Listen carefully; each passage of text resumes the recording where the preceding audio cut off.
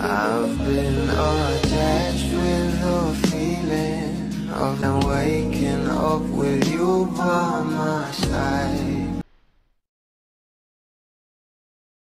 Marami nga talaga ang natutuwa ng mga bula kapag itong ating couple na sila Donnie at Belle ay magkasama nga.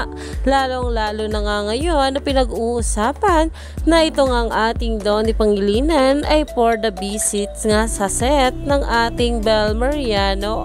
Pero ito na nga guys, sa pag-uusapan natin dahil nang mag-live nga raw itong si Miss Matet ay meron nga tinanong patungkol sa ating couple.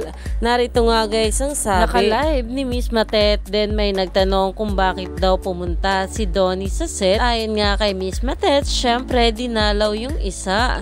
Then sabi niya pa, bakit daw kailangan pang manggaling sa kanila, yun na daw yun. Dahil nga kay Belle, diba? Okay, happy.